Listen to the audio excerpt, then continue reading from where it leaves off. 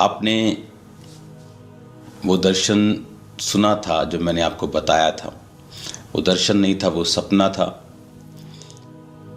मैं कम सपने देखता हूँ, मतलब रोज़ मेरे को सपना नहीं आता, लेकिन जब मेरे को सपना आता है वो बहुत ही क्लियर कट होता है। और ये ग्रेस कुछ सालों से मेरी लाइफ के ऊपर है।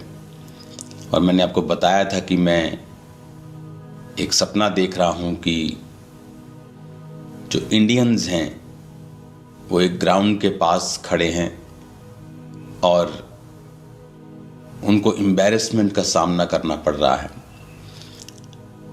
31 से पहले, 31 के करीब मेरे को ये सपना आया था। मैंने आपको बताया भी था। ये 2024 में लास्ट में मेरे को सपना आया था, मेरे को इतना याद है अच्छी तरह से। और जब 3 जनवरी को क्रिकेट मैच चल रहा था इंडिया ऑस्ट्रेलिया का, उसमें वो सपना पूरा हुआ। किसी भी दूसरे देश के लोगों का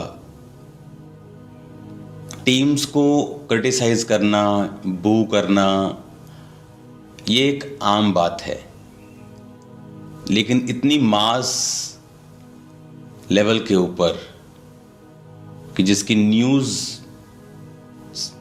चैनल्स को न्यूज़ लगानी पड़ जाए, उस प्रोफेटिक वर्ड को मैं चाहता हूं आप देखें।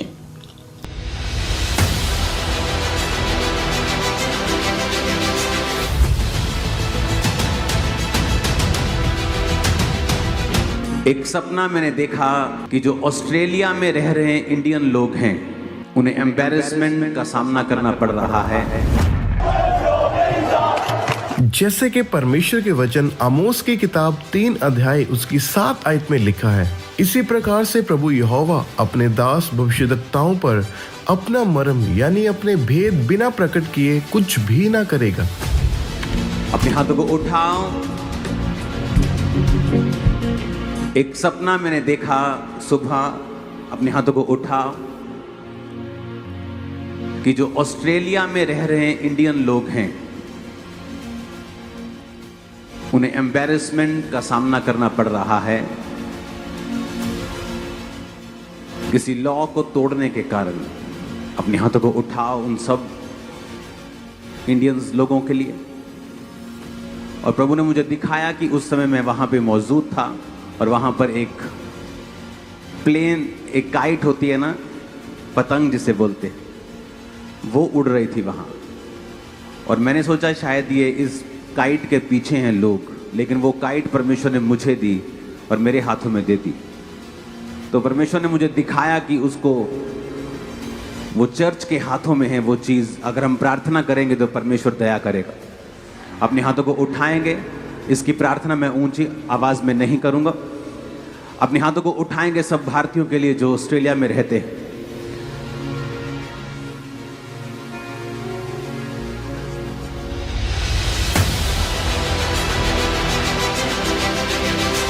ऑस्ट्रेलिया में होने वाली इन बातों के बारे में पहले से ही परमेश्वर ने अपने दास प्रेरित अंकुर यूसुफ नूरुल्लाह जी को इन बातों के बारे में बताया। और कुछ ही दिनों के बाद हमने देखा कि ऑस्ट्रेलिया में रह रहे भारतीय लोगों को बहुत बड़ी एम्बैरेसमेंट का सामना करना पड़ा।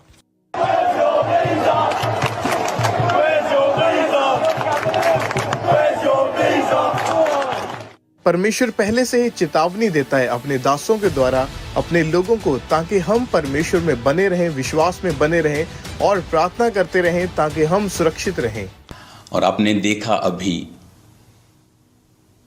लेकिन जो बात मैं आपको बताने वाला हूं, फ्यूचर में ये बहुत बड़े लेवल के ऊपर होगा। सिर्फ ऑस्ट्रेलिया में ही नहीं, बहुत सी कंट्रीज में ये मिशन चलाए जाएंगे। आने वाले समय में अंधेरा होगा, लोग सिक्योर फील नहीं करेंगे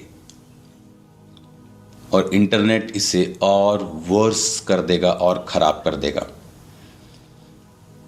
जितना अंधेरा ज्यादा होगा उतना ही परमेश्वर का काम भी ज्यादा होगा, उतना परमेश्वर की नीड, जरूरत लोगों को महसूस होगी कि हाँ, हम परमेश्वर के बिना, चाहे वो फॉरेन कंट्री हो, चाहे वो कोई भी कंट्री हो, हम नहीं चल सकते हैं। चीज़ें एक्सट्रीम होंगी, लोग खुल के अपनी कट्टरता को जाहिर करेंगे, फाइनेंशियल हालत पतली होगी फ्यूचर में लोगों की, अमीरी जिनके पास है वो एक्सट्रीम लेवल पे चले जाएंगे, दुनिया को कंट्रोल करने लगेंगे, खाना कुछ ही कंपनियों के कंट्रोल में होगा।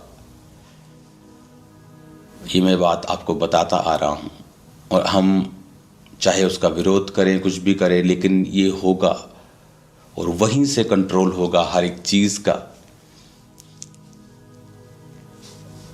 तो आपको आपकी जनरेशन को तैयार करना है आने वाले समय के लिए।